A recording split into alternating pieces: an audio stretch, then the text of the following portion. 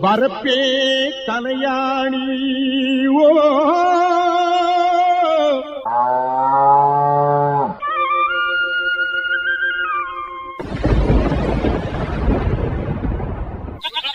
வாய்க்காலே பஞ்சுமெத்தே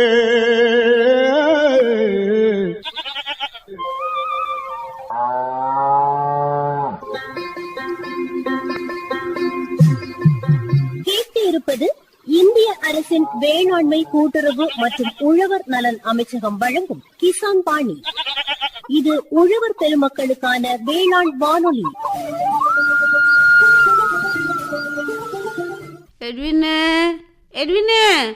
என்ன கண்ணம்மா, குரல் எல்லாம் வித்தியாசமா இருக்கு.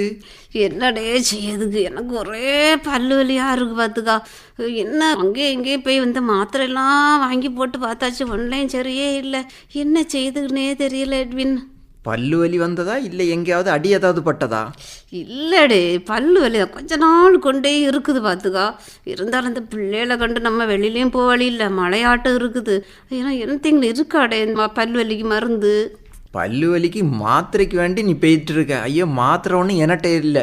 என்கிட்ட வந்து இயற்கையாட்டே குணப்படுத்துகிற மருந்து என்கிட்ட இருக்கு. அப்படியே எட்வின், என்ன மருந்து இருக்கு? எடுத்து தாடே. நில்லு, ஒரு நிமிஷம் நில்லு, நான் எடுத்துட்டு வரேன். இதா ஒரு கிராம்ப பல்ல கடிச்சு வச்சுட்டு நில்லு, ஒரு 5 நிமிஷம் நில்லு, பல்லு வலி எங்கேயோ போயிடும். ஓ கொண்டாடே, கொண்டா கொண்டா கொண்டா.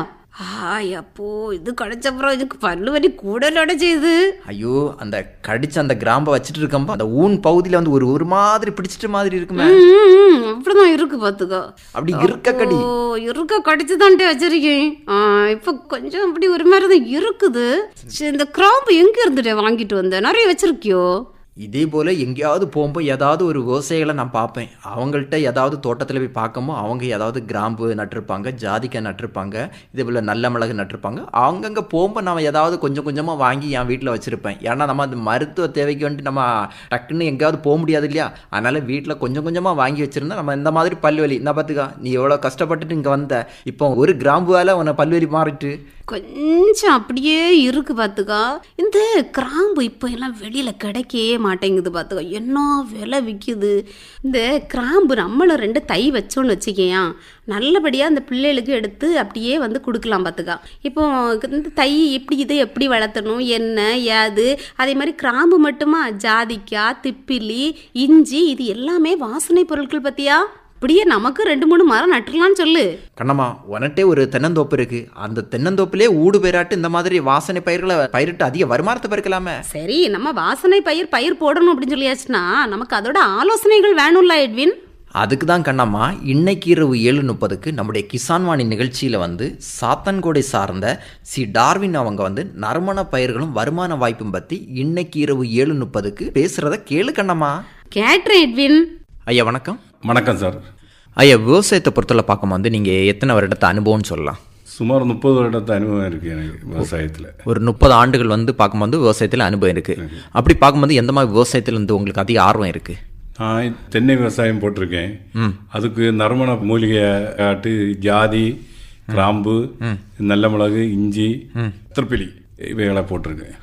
முக்கிய பயிர்னு பார்க்கும்போது தென்னை சாகுபடி செய்றீங்க. தென்னை சாகுபடி. அதில் ஊடு பயிரான்னு பார்க்கும்போது அதில் வந்து கிராம்பு, ஜாதிக்காய், வந்து நல்ல மிளகு, இஞ்சி, திப்பிலி இந்த மாதிரி பயிர்கள் வந்து சாகுபடி செய்றீங்க. அது வந்து எவ்வளோ பரப்பளவில் நீங்கள் போட்டிருக்கீங்க? சுமார் 1 ஏக்கர் 46 சென்ட், கிட்டத்தட்ட ஒரு 1.5 ஏக்கரில் போட்டிருக்கீங்க. இப்போ நீங்கள் கூட சொன்னீங்க வந்து கிட்டத்தட்ட ஒரு 30 ஆண்டுகள் வந்து விவசாயத்தில் அனுபவம் இருக்குன்னு சொன்னீங்க. அப்படி பார்க்கும்போது இந்த நறுமண பயிர்களை பொறுத்தவரை பார்க்கும்போது அது வந்து தற்போது போட்டதா இல்லை முன்னாடியே நீங்கள் போட்ட அந்த அனுபவங்கள் இருக்கா? முன்னாடியே போட்ட அனுபவம் தான். சுமார் 15-20 வருடத்துக்கு முன்னாலேயே போட ஆரம்பித்தது. அதில் நறுமண பயிர் ஊடு பயிராக. மற்றது தென்னை அதை 10-50 வருஷமாகட்டுள்ள பழக்கமாக உள்ள தென்னை தான் நிற்கிது. தென்னை மரத்தை பொறுத்தவரை பார்க்கும்போது கிட்டத்தட்ட ஒரு 50 ஆண்டுகளான தென்னை மரங்கள் நிற்கிறதுக்கு. ஆமாம். இந்த நறுமண பயிர்கள் போடுவதற்கு முக்கிய பங்குன்னு பார்க்கும்போது யார் மூலம் வந்து நீங்கள் இந்த நறுமண பயிர்கள் போட்டீங்க, இல்லை உங்களுடைய சொந்த அனுபவத்தில் போட்டது தானா? நறுமண பொருள் ஜாதி எல்லாம் நம்ம தோட்டக்கலைத்துறையிலிருந்து அவங்க ஸ்பான்சர் பண்ணி பேச்சுப்பாறையிலேருந்து எங்களுக்கு தைகள் கொடுத்தாவ. அதுலேருந்து அது போட ஆரம்பித்தேன். பிறகு நல்ல மிளகும் பேச்சுப்பாறை தோட்டக்கலைத்துறையிலிருந்து பேச்சுப்பாறையிலேருந்து தான் தந்தாவ. அதை தான் போட்டிருக்கேன். பிறகு இஞ்சி, கிராம்பு, திப்பிலி இவைகளெல்லாம் சொந்த மட்டும் தான் நான் வாங்கி போட்டேன். கிராம்பு செடி ஆகட்டும், அதுபோல் ஜாதிக்காய் மரம் செடி ஆகட்டும் பார்க்கும்போது நீங்கள் வந்து பேச்சிப்பாறை தோட்டக்கலை ஆராய்ச்சி நிலையத்திலேருந்து வாங்கினீங்க. அது வந்து மானிய திட்டத்தில் பயன்பெற்றீங்களா இல்லை வந்து நீங்கள் வந்து ரூபா கொடுத்து அந்த மாதிரி பயன்பெற்றீங்களா? மானிய திட்டத்தில் அவங்க தந்தது. மானிய திட்டத்தில்? ஆமாம். அதில் அவங்க 25 மரங்கள் தந்தாங்க. அதில் என்கிட்ட இப்போ ஒரு 15 மரம் தான் நிற்கிது. அன்னைக்கு எப்படி அதை விவசாயம் பண்ணணும்னு தெரியாது, அதனால எனக்கு அது லேட் ஆச்சு. ஒரு காய் வளத்துக்கு வந்த பிறகு இப்போ தான் தெரியும் அதுக்கு என்பிகேவோ சேர்ந்த உரங்கள் கொடுக்கணும், இயற்கையான உரங்கள் கொடுக்க ஆரம்பித்தேன். அதுக்கப்புறம் தான் எனக்கு இப்போ காய் வளம் வந்தது. சரி, இந்த மாதிரி நீங்கள் வந்து இந்த வாசனை மரங்களை பொறுத்தவரை பார்க்கும்போது நீங்கள் வந்து ஏற்கனவே முன் அனுபவம் இல்லை. அப்படி பார்க்கும்போது நீங்கள் தோட்டக்கலைத்துறை சார்பாக வந்து நீங்கள் தொடர்பில் இருந்தீங்களா, இல்லை வந்து உங்களுடைய தனிப்பட்ட முறையில் வந்து நீங்கள் அந்த செடிகளை வாங்கி நீங்கள் நட்டது தானா? இல்லை, நான் தோட்டக்கலைத்துறையிலையும் தொடர்பாக இருந்தேன், விவசாயத்துறையிலையும் தொடர்பாக இருந்தேன். அதில் ஆத்மாவில் நான் தலைவராக இருந்தேன். எல்லாமே நான் உழவர் ஒன்றிய இதுலேயும் தலைவராக இருந்தேன். அப்படியெல்லாம் இருந்ததுனால அவங்களுடைய தொழில்நுட்பங்களை கேட்டோம். அங்கே வாரவங்கள்ட்டையும் பல கருத்துக்களையும் கேட்டு இயற்கையான முறையில் செய்வதற்குரிய புரிதல் எனக்கு வந்தது. அதை நான் செய்கிறேன். சரி, இந்த மாதிரி நீங்கள் வந்து ஆத்மா திட்டத்தில் கூட தலைவராக இருந்தீங்கன்னு சொன்னீங்க. அப்படி பார்க்கும்போது நீங்கள் ஏதாவது தோட்டத்தில் போய் பார்த்த அனுபவங்கள் இருந்தா? அவங்க டூர்கள் எல்லாம் எங்களை தோட்டக்கலைத்துறையிலேருந்து அனுப்பியிருக்காங்க. அந்த டைமில் எங்களுக்கு ஏடிஹெச் ஆட்டு தயாசிங்னு ஒரு ஆள் இருந்தார். அவர் நிறைய இடங்கள்ல எல்லாம் எங்களை சுற்றுலா கொண்டு போய் கேரளா, தமிழ்நாடு இப்படி உள்ள இடங்கள்ல எல்லாம் கொண்டு போய் காட்டி அதுக்கு விளக்கங்களை சொல்லி தந்திருக்காரு. அப்போ நீங்கள் வந்து பல மாவட்டங்களாகட்டும் பல மாநிலங்களுக்கும் போயிருக்கீங்க. அங்கே போய் பார்க்கும்போது அவங்களுடைய அனுபவம் எப்படி இருந்து ஒவ்வொரு இடத்துல போய் பார்க்கும்போது? அங்கே இருக்க அனுபவம் என்னென்னா, முதல்ல எல்லாரும் சொன்னாவ ஜாதி கிளைமேட்டு தான் இருந்தால் தான் வரும், கேரளாவில் தான் அதிகமாக வரும்னு சொன்னாங்க. ஆனால் நான் அதை பொருட்படுத்தாமல் நமக்கு மண்ணிலையும் வருமா என்னன்னு பார்க்கறதுக்கு வேண்டி அதுக்கு வேண்டிய முயற்சிகளை செய்தேன். அப்போ எனக்கு வருடத்துக்கு 2 தடவை உரம் போடுற விஷயம் அந்த அளவுக்கு தெரியாது. பிறகு இதே மாதிரி உள்ள இடங்கள்ல போய் கேட்டு அது தெரிஞ்சு அதில் இருந்து அந்த உரம் செய்த பிறகு எனக்கு காய்பெல்லாம் வர ஆரம்பிச்சு. இருந்தாலும் நம்ம மாவட்டத்தை பொறுத்தவரை பார்க்கும்போது வந்து கேரளா மாநிலத்தோடு ஒட்டி இருக்கனால வந்து நமக்கும் அதே கிளைமேட் இருக்க வாய்ப்பு இருக்குது. கண்டிப்பாக இருக்குது அந்த வாய்ப்பு. சரி, இப்போ நடவு முறைன்னு பொறுத்தவரை பார்க்கும்போது எப்படி நீங்கள் நடவு செய்தீங்க? இப்போ வந்து முக்கிய பயிர்னு பார்க்கும்போது தென்னை தான் சாகுபடி செய்றீங்க. அதுக்கு ஊடு பயிர் தான் வந்து இந்த மாதிரி நறுமண பயிர்கள்னு பார்க்கும்போது கிராம்பு, ஜாதிக்காய், நல்ல மிளகு, இஞ்சி, திப்பிலி இந்த மாதிரி பயிர்கள் வந்து சாகுபடி செய்றீங்க. இது நடவு முறை வந்து எப்படி நீங்கள் நடவு செய்தீங்க? ஜாதியை பொறுத்த மட்டும் 3 அடி ஆழம் 2 அடி வீதியில் குழி எடுத்து அதில் நம்ம தொழு உரத்தை போட்டு அதுக்கு மேலே குப்பைகளையும் போட்டு அதை நிறுத்திட்டு பிறகு அதுக்கு மேலே தான் ஒரு 2 வாரம் கழித்து நடக்கும். இப்போ அந்த செடிகள் வாங்குன்னு பார்க்கும்போது எத்தனை அடி உயரம்ல அந்த செடிகள் வாங்கினீங்க? குறைஞ்சதும் அந்த டைமில் எனக்கு ஒரு 2 அடி 2.5 அடி ஹைட்டுள்ள செடிகள் கிடச்சி அந்த டைமில் வாங்கி. அது வந்து இடைவெளி எப்படி கொடுக்க வேண்டியிருக்கும்? இடைவெளி என்னென்னா 24 அடி தென்னைக்கு போட்டிருக்காங்க. அந்த 24 அடியில் 12 அடி இடைவெளியில் போட்டு நட வேண்டும். நட்டால் தான் நமக்கு அதுக்கு ஒரு 50% நிழல் தென்னைக்கு அது கிடைக்கணும். அந்த நிழல் ஜாதிக்கு கிடைக்கனால ஜாதி நல்லா வேணும். ஆனால் அதுக்கு வேனல் காலத்தில் தண்ணி கொடுக்கணும். கொடுத்தா தான் அது நமக்கு காய் பலம் கிடைக்கும். அப்போ அந்த ஜாதிக்காய் மரத்தை பொறுத்தவரை பார்க்கும்போது அது நிழல் பாங்கான இடம் இருக்கணும். 50% நிழல் பாங்கு வேணும். அதிக வெயிலும் இருக்கக்கூடாது. வேனல் காலத்தில் நம்ம தண்ணி ஸ்ப்ரே பண்ணி கொடுக்கலாம். இல்லைன்னா இலை வாடி தொழியும் அது தொழியாமல் இருக்க சாயங்கால வேலையில் கொடுக்கணும். கிராம்பு மரத்தை பொறுத்தவரை பார்க்கும்போது கிராம்பு மரத்து என்னென்னா இதே மாதிரி இல்லை, அது கொஞ்சம் பலம் குறைவானதாகும், சீக்கிரம் காட்டில் ஒடிஞ்சு போகும். எனக்கு ஓகி புயலில் போயிட்டு அது மட்டும் இல்லாத எனக்கு இது என்னென்னா காய்ச்சி பூ மொட்டு வந்ததும் பறிக்கணும்னா மற்ற மரங்களை மாதிரி சாடி ஏறி பறிக்க முடியாது. கொம்பை சாய்ச்சி தான் நமக்கு பறிக்கி அதை காய வச்சு உணர்த்தி எடுக்கணும்.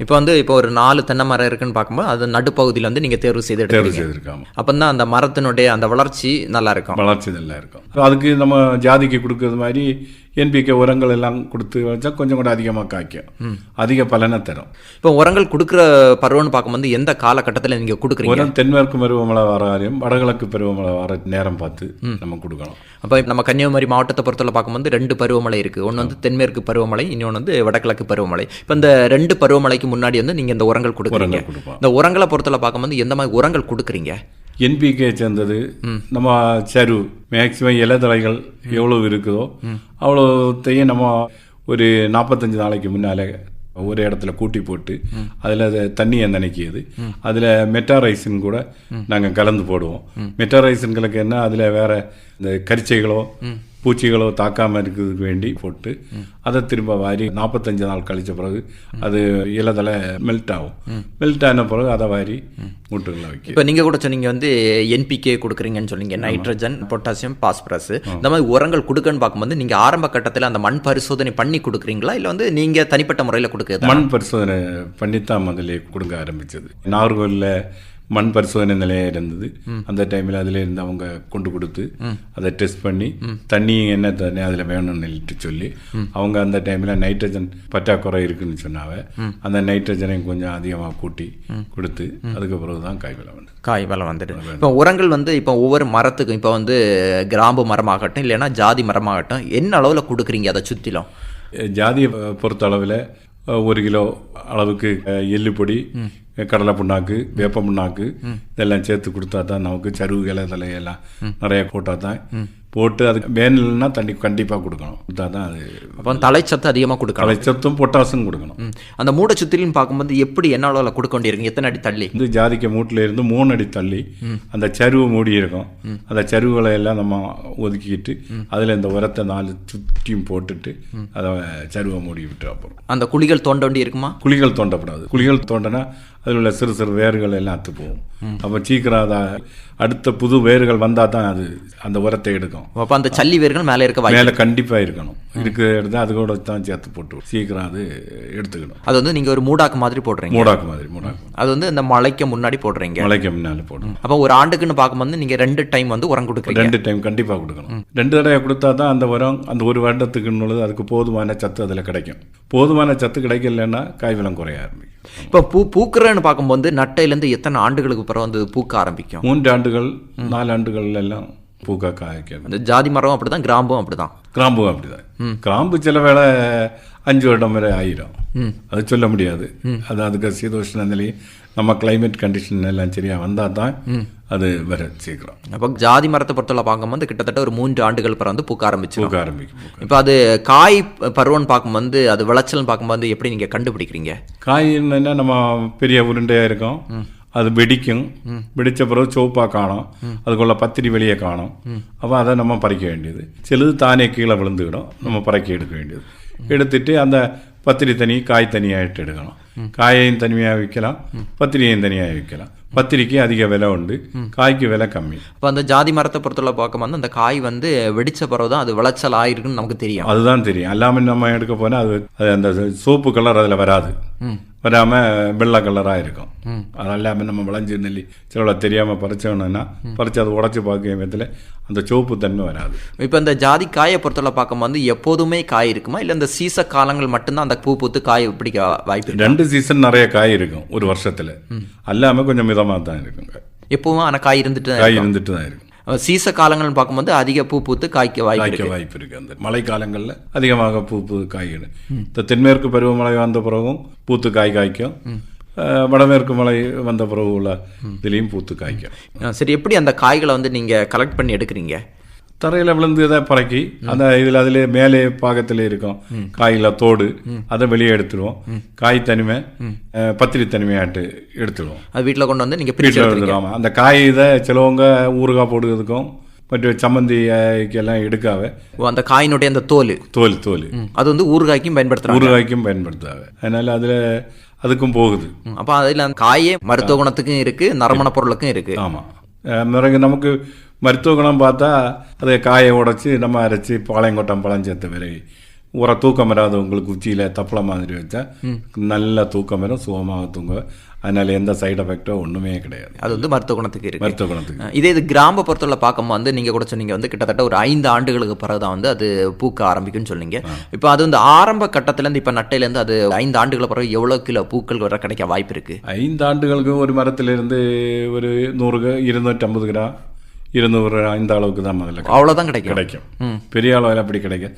மரம் வளர கூடிட்டே போகும். இப்போ உங்கள்கிட்ட பார்க்கும்போது எத்தனை ஆண்டுகளான மரங்கள் நிற்கி? என்கிட்ட 10 வருஷம் ஆன மரங்கள் நிற்கிது. இப்போ எவ்வளோ கிலோ வரை கிடைக்க வாய்ப்பு இருக்குது? இப்போ ஒரு 200 250 மேக்ஸிமம் 400 கிராம் கிடைக்கும். அவ்வளோதான் கிடைக்கும்.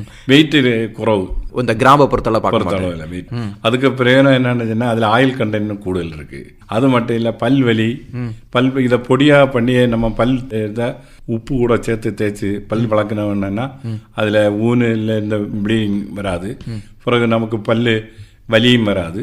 அதுக்கு அவங்க ரொம்ப பிரயோஜனமானது. அது வந்து கிராம பொறுத்தளவு பார்க்கும்போது மருத்துவ குணத்துக்கு அதிகமாக பயன்படுது. ஏன்னா அது அந்த உடம்புல உஷ்ணத்தை சேர்ந்த நறுமண பொருள். அதனால நம்ம உணவுகள்லையும் அதிகமாக சேர்க்காங்க. அது சாப்பிட்டா அவங்களுக்கு நோய் எதிர்ப்பு சக்தியும் கிடைக்கும். இதே இந்த கிராமப்புறத்தில் பார்க்கும்போது எந்த காலகட்டத்தில் பூக்க ஆரம்பிக்கு?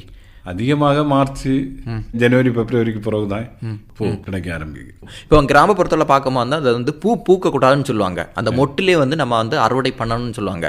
அந்த பூ வந்து அந்த அரும்பு வந்ததுலேருந்து நீங்கள் எத்தனை நாளுக்கு பிறகு அதை பறிச்சு எடுக்கிறீங்க? நாங்கள் அது தோட்டத்தில் போய் பார்க்கும் விதத்தில் அந்த பூவை பார்ப்போம், மொட்டு ஆயிருக்கான்னு, மொட்டு வந்திருக்கான்னு பறிப்போம். அது தெரிஞ்சுதான் பறிக்க முடியும். விரியக்கூடாது. அது ஒரே நாளில் எல்லாத்தையும் ஹார்வெஸ்ட் பண்ண முடியாது. மொத்தமே நம்ம பார்த்து தான் அதில் பறிக்கணும். பூத்த பிறகு மொட்டு வந்த உடனே ஒரு 2-3 தடவை தான் பறிக்கணும். ஒரே நாளில் பறிக்க முடியாது. பூக்கு ஸ்டேஜ் வர்றதுக்கு முன்னாலே நாங்கள் பறிப்போம். அது எப்படி அறுவடை பண்ணுறீங்க? அதை அறுவடை பண்ண கிள்ளி எடுக்கிறீங்களா இல்லை ஒடிச்சு எடுக்கிறதா? கிள்ளி எடுக்கிறது. அதில் ஒடிச்சு எடுக்க முடியாது. ஒடிச்செடுத்தா கொம்பு போயிடும். கொம்பு போயிட்டுன்னா அதில் பூச்சிகள் தாக்கல் நிறைய வரும். அதனால் ஒடிச்செடுக்க முடியாது. கிள்ளி தான் எடுக்கும். அதில் மற்ற மரத்தை மாதிரி ஜாதிய மாதிரியோ நம்ம பறிக்க முடியாது. இதை பறிச்சு நீங்கள் காய் அந்த மாதிரி போடுறீங்களா? பறிச்சு காய்ஞ்சு நல்லா காய்ஞ்ச பிறகு தான் விலைக்கு கொடுக்குது. காய்ந்த பிறகு தான் கொடுக்குறீங்க? காய்ந்த பிறகு தான். அடுத்து கூட நீங்கள் வந்து நல்ல மிளகு வச்சுருக்கீங்க, இஞ்சி வச்சுருக்கீங்க, திப்பிலி வச்சுருக்கீங்க. இதெல்லாம் வந்து எவ்வளோ சாகுபடி செய்றீங்க? நல்ல மிளகு பொறுத்த அளவில் சுமார் ஒரு 200 மூடு கிட்ட தான் வச்சுருக்கேன். நல்ல மிளகு. நல்ல மிளகு எனக்கு அது ஒவ்வொரு சீசன்லேயும் அந்த காலநிலைக்கு ஏற்றபடி 25-30 கிலோ வரை கிடச்சிட்டு இருக்கு நல்ல மிளகு. அது எந்த மாதிரி ரகங்கள் வச்சுருக்கீங்க? நான் பன்னீர் 5, பன்னீர் 2 இப்படி உள்ள ரகங்கள். அது வந்து ஆண்டுக்கு ஒரு தடவை பலன் எடுக்கிறதா இல்லை வந்து ஆண்டுக்கு 2 தடவை பலன் எடுக்கிறதா? ஆனால் தான் ஒரு ஆண்டுக்கு ஒரு தடவை தான் கிடச்சிட்டு இருந்து. ஆனால் இப்போ சில இதுகள்லாம் கூட இடப்பருவத்திலையும் சிலது கிடைக்குது. அதில் 3 பருவம் மட்டும் சில காய்க்குது. அது கரெக்டாகிட்டு ஒரே இடத்துல எல்லாம் பறிக்க முடியாது. எல்லாம் பறிச்சுன்னா நம்ம பிஞ்சு விளையாததை பறித்து இழப்பீடு வர வேண்டியது வரும். அதனால நம்ம ஒரு காய் நல்லா பழுத்து அதில் அந்த சோப்பு தன்மை ஒரு காய் வந்த உடனே பறிக்கலாம். இப்போ ஒரு தாரலன்னு பார்க்கும்போது ஒரு காய் வந்து பழுத்திருந்தா மட்டும் அது விளைச்சல் தன்மைக்கு ஆயிரம் நம்ம கண்டுபிடிக்க முடியும். அல்லாமல் நம்ம பறிச்சோம்னா ஏன்னா நல்ல மிளகா பொறுத்தளவில் எங்களுக்கு அதை பறித்து அதை சுடு தண்ணியில் போட்டு அதை எடுத்து காய வைக்கணும். அதுக்கு நமக்கு காலநிலையும் உகந்ததாக இருக்கணும். உகந்ததாக இருந்தால் தான் செய்ய முடியும். நாங்கள் அப்படி தான் செய்து அதை அதிக நல்ல விலைக்கு கொடுத்துட்ருக்கோம். இது நீங்கள் திப்பிலி கூட வச்சுருக்கீங்க. திப்பிலே ரகங்கள் அந்த மாதிரி இருக்கா? திப்பிலியில் யானை திப்பிலி இருக்குது, அரிசி திப்பிலி இருக்குது, அத்தி திப்பிலி இருக்குது, சதுர திப்பிலி இருக்குது. இப்படி 5 வகை திப்பிலிகள் அதில் இருக்குது. உங்கள்கிட்ட எந்த மாதிரி ரக? என்கிட்ட 2 வகை தான் இருக்குது. இந்த அரிசி திப்பிலியும் யானை திப்பிலியும் தான் இருக்கு. இந்த திப்பிலியை பொறுத்தவரை பார்க்கும்போது வந்து இது கொடி வகை சார்ந்ததா இல்லை வந்து நம்ம தரையிலே படர்ந்து அப்படி வளர திப்பிலி தானா? இது அரிசி திப்பிலியை பொறுத்தளவில் மண்ணிலே வளரக்கூடியது. மற்ற யானை திப்பிலி நம்ம மரத்தில் நம்ம ஊடு பயிராட்டு நம்ம கமுகு தென்னை இதில் படத்திட்டேன்னா அதில் காய் விழா. அது வந்து கொடி வகை தான். பலன் பொறுத்தவரை பார்க்கும்போது நட்டிலேருந்து எவ்வளோ ஆண்டுகளுக்கு பிறகு வந்து நம்ம பலன் எடுக்கலாம்? ஏதாச்சும் ஒரு 3-4 வருஷத்துக்குள்ளால பலன் கிடைக்கும். அது நம்ம அந்த காய் அதை எப்படி கண்டுபிடிக்கிறது? என்கிட்ட அதிகமாக இருக்குது யானை திப்பிலியாகும். அது நல்ல சோப்பாக பழுத்த இது வரும். அப்போ நம்ம பறித்து அதை காய வச்சு அதை உணக்கி எடுத்தா வரும். மழை காலத்தில் கொஞ்சம் கஷ்டம், சிரமம். ஏன்னா அது சரியாக காஞ்சி கிடைக்காது. அந்த இதனால தான் அதிகம் ஆட்கள் அதை விரும்புவதில்லைன்னு நினைக்கிறேன். இப்போ ஒரு மூடை பொறுத்தவரை பார்க்கும்போது எவ்வளோ கிலோ வரை கிடைக்க வாய்ப்பு இருக்குது? நல்லா படந்து வைக்கிறதுன்னா ஒரு 200-250 கிராம் வரை கிடைக்கும். 200-250 கிராம் கிடைக்க வாய்ப்பு இருக்கு. நல்ல படந்த மரத்தில், பெரிய மரத்தில் படத்தி விட்டா. அறுவடை பண்ணது நம்ம காய வைக்கணும், அது முக்கியம். காய வைக்காமல் நம்ம கொண்டு போட்டோம்னா அது அந்த அழுகின் தன்மையை வந்து அது நமக்கு விற்க முடியாத நிலைமையில. அதே இது இஞ்சியை பொறுத்தவரை பார்க்கும்போது எவ்வளோ வச்சுருக்கீங்க? இஞ்சி நாம் ஒரு 30 சென்ட் அளவுக்கு வச்சு. அது வந்து நாட்டு இஞ்சியா? நாட்டு இஞ்சி தான்.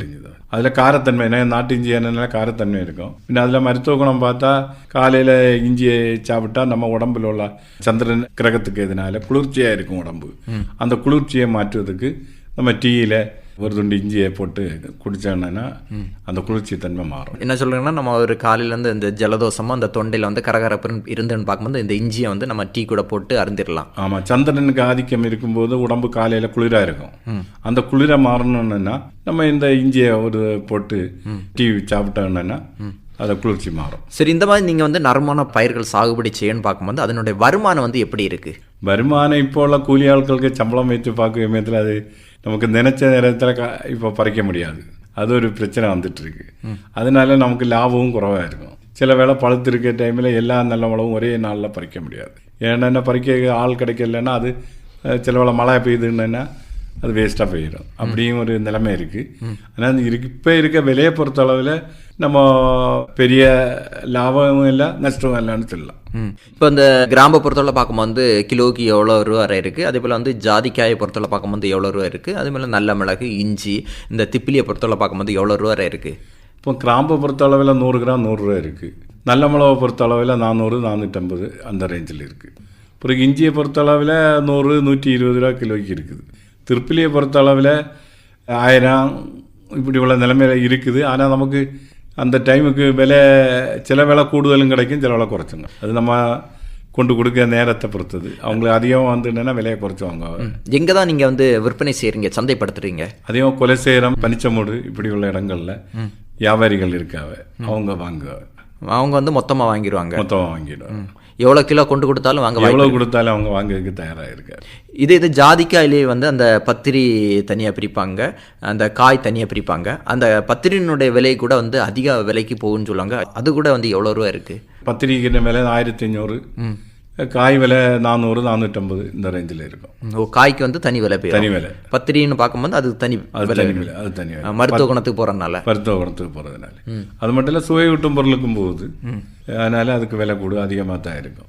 இதே இது பார்க்கும்போது உங்கள் தேவைக்காக வந்து இன்னும் இதுக்காக நீங்கள் பயன்படுத்துகிறீங்க? நான் சித்த வைத்திய முறைகள் செய்துட்ருக்கேன். அதனால என்னுடைய தேவைக்கு நல்ல மிளகும் தேவைப்படும், சுக்கு தேவைப்படும், இஞ்சியும் தேவைப்படும், அதே மாதிரி திருப்பிலி. அதனால எனக்கு சொந்த தேவைக்கு போக மீதியை விலைக்கு கொடுக்குது. சரி, இந்த மாதிரி நீங்கள் வந்து தென்னைக்கேட்டையில் ஊடு பயிராட்டு இந்த மாதிரி பல பயிர் சாகுபடி செய்யணும்னு பார்க்கும்போது இப்போ அந்த தென்னையை மட்டும் நம்பி இல்லாமல் இந்த பயிர்கள்லேருந்து ஒரு வருமானம் கிடைக்க வாய்ப்பு இருக்குன்னு சொல்லலாம். கண்டிப்பாக ஒரு வருமானம் கிடைக்குது. இல்லைன்னா நம்ம தென்னை 2 மாதமோ இல்லைன்னா 1.5 மாதத்துக்கு ஒரு தடவை நாங்கள் தேங்காய் விட்டுருவோம். அதில் கிடைச்சா உண்டு, இல்லைன்னா இல்லை. அது அந்த டைமுக்கு விலை இருக்கணும். தென்னையை பொறுத்தளவில் இப்போ தேங்காயெல்லாம் விலை ரொம்ப குறவு, எண்ணெயை எடுத்தாலும் விலை குறவு தான்.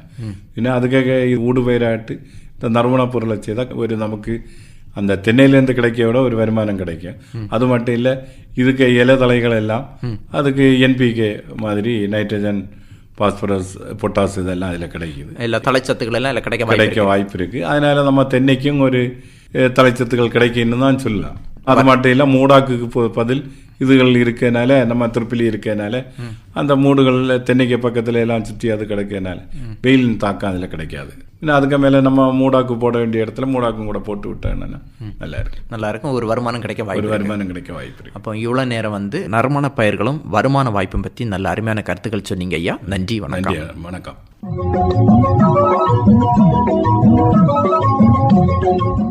இதுவரை நறுமண பயிர்களும் வருமான வாய்ப்பும் நேர்முகம் கேட்டீர்கள்.